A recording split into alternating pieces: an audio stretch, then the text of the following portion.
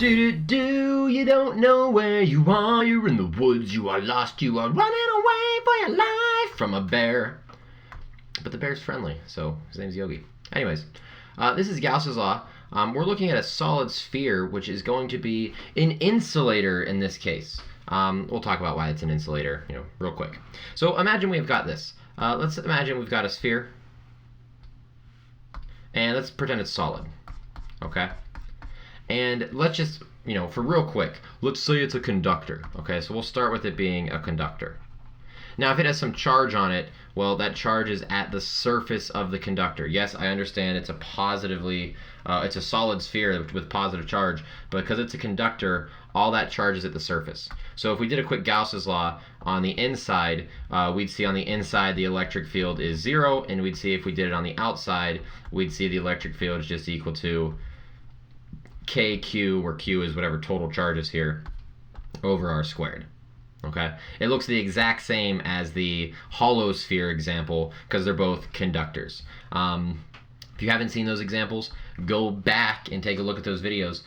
For the hollow sphere example, it was the previous one. Okay, so let's not worry about a solid sphere conductor. It's the same thing. Like, who cares? We're already done. Let's instead make it an insulator, okay? Because whenever we have an insulator here, we're going to see something much more interesting for Gauss's law, and something a little bit more trickier, which the College Board and professors in the world like to do. So this is still a solid sphere, but this time it is an insulator. Sol-ator? Missing words there. It's an insulator, okay? So wherever the charges are, the charges don't want to move. Now, if we look, here, let's just give this a radius. This has some radius, big R, okay? If we go to a radius that is larger than big R, and we ask ourselves, what is the electric field at these positions? What is the electric field on the outside of this? Well, we're still going to find that this equation is very straightforward to get to, because we build our Gaussian sphere on the outside of it, and we simply say that closed surface integral dot dA equals the charge enclosed over epsilon naught. And if this has some total charge to it spread throughout of plus Q, then we're still going to get that the electric field on the outside is just going to equal, using the dA is 4 pi r squared, it's still just going to equal KQ over eps naught, where whatever that Q is, that's the total charge in the sphere, okay? But if we go to the inside, things get kind of weird, okay? The reason why is if this is an insulator, my charge could be distributed throughout the sphere itself. I could have charge here, and here, and here, and here, and here, and here, and here, and here, and here, and here, and here, and you get the idea. There's charges everywhere on this thing, right?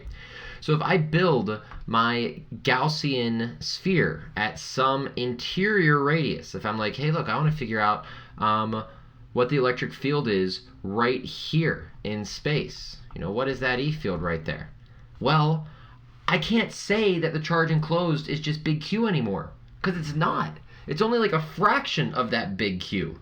So, I need to start thinking about how much charge I actually have within here, okay?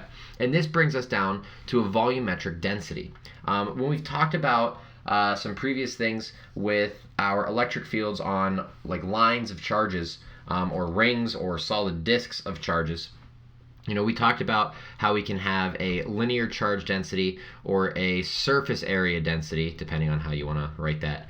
But for Gauss's law, for a solid sphere like this, because this is a sphere, it's 3D, we can think about the charge being spread out on a volumetric density, where this density here is equal to the total charge divided by the total volume of our sphere. So this would be like saying, look, our total charge here is some Q, that's the total charge of the sphere. It's inside, it's on the surface, it's everywhere, it's spread out, okay? And we're going to say it's spread equally at the moment.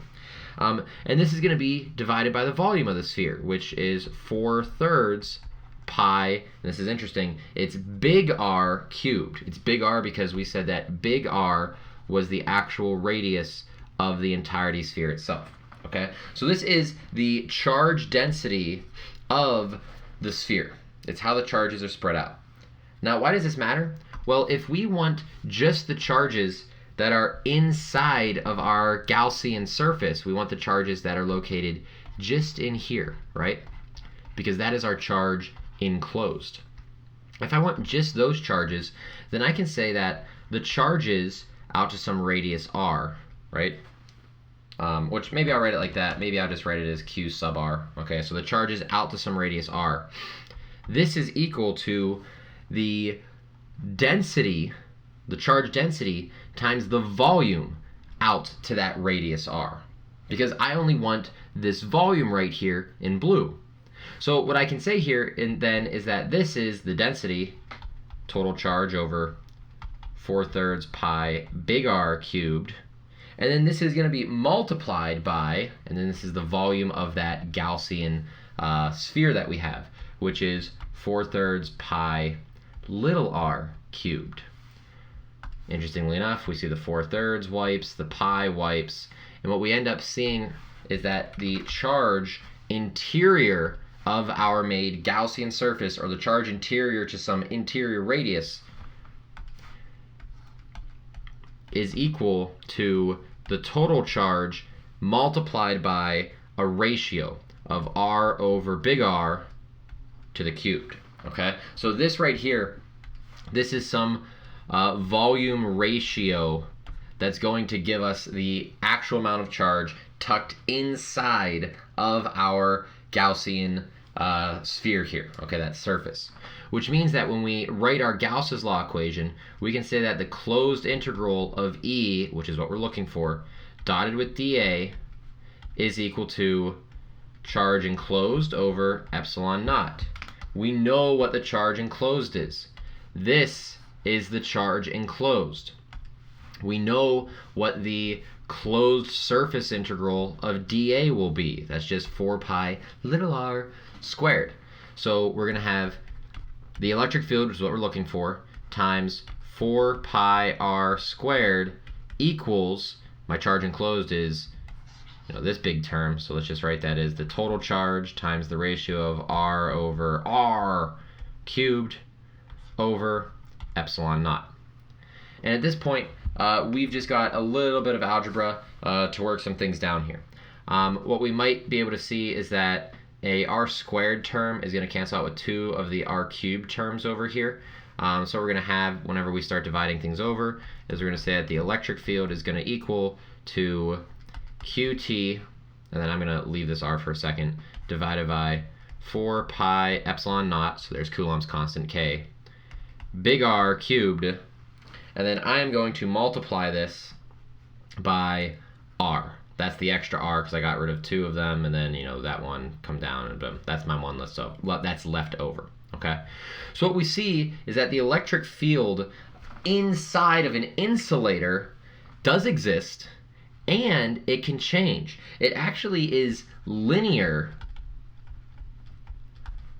with radius. So as you move out of this sphere, as you begin to approach the edge here, your electric field actually increases as well because there's more charge stored underneath. What this would actually look like if you were graphing it is kind of interesting. If you were graphing this, here, let's throw up a little plot. Whooshing. If you're graphing this as electric field and some radial position r, where right here, we'll call this big R. This is like the edge of the sphere, okay? Notice that everything in front here is a constant, so that will actually be like a slope. And what will occur here is that we will see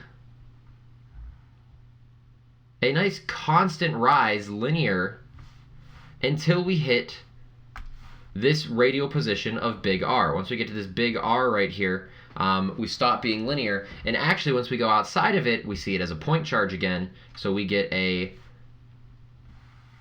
oops, that's poorly drawn by yours truly. There we go.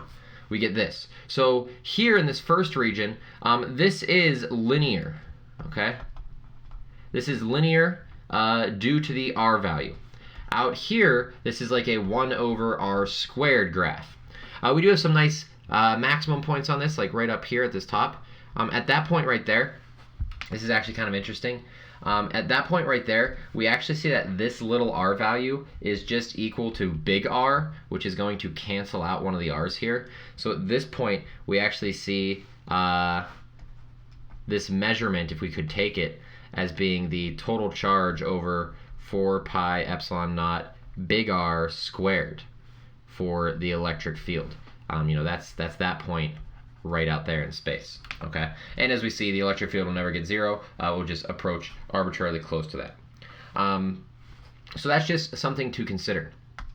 Now, in this problem, we kind of said that, hey, look, our density is uniform. We said that the density is just equal to the total charge divided by the total volume in order to find that. But you very well could have a problem where the density changes as you move throughout the sphere.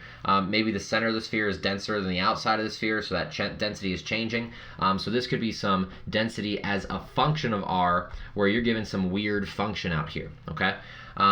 These problems are a little bit more difficult. They're a great problem if you're in the collegiate level, but they do pop up on the APC exam every once in a while. We'll take a look at some of them, because what you'll need to do is you'll need to integrate over the volume of that density in order to find that total charge. So it's a very similar idea, but you have to do one more step dealing with that density before you get it. We'll talk about that in a future video and some of the AP free response examples that we do and some old free responses, so you can get an idea of what's going on with that. Okay, but for right now, this idea of a insulator and going inside and outside of it is finished.